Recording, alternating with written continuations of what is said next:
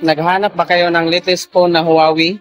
Dahil gusto nyo yung Huawei na phone, pagbibigyan ko kayo dahil pupunta tayo doon sa Huawei na store.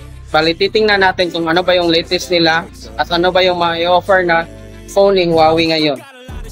So I'ma do this every day. I'll be writing things until I'm fucking buried in my grave. 6 feet deep under, but my body won't decay. Cause my messages are timeless, so they'll put them on display. Oh yeah, I rap with a certainty. I have a sense of urgency, a message for eternity, for everyone internally. I had some people burning me, but now they fucking learn to see.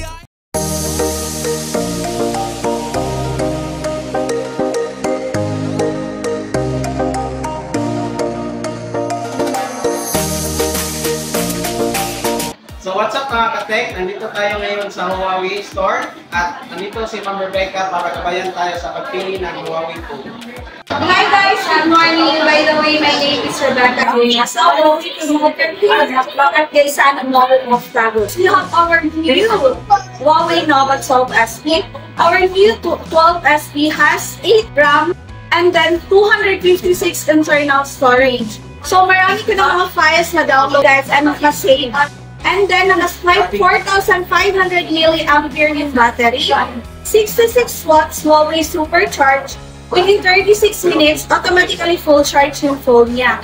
And then, naka 108 megapixel high-resolution camera, plus may 8 megapixel ultra-wide angle camera. Tapos may 2 megapixel macro cameras. Tapos sa front camera niya guys is naka 32 megapixel high-resolution camera. And then sa display niya is naka 6.667 inches and then OLED full view display. Tapos EMUI 4D night din siya. Naka Qualcomm Snapdragon 680 only 15,999 pesos with free band 8. Ito po yung free niya. Napakaganda ng free na band 8. Kung billing worth of 2,599. So guys, ano pa hinihintay nyo?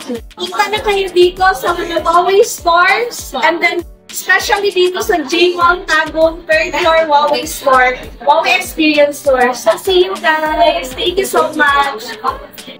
So unboxing for Huawei Nova 12 SE.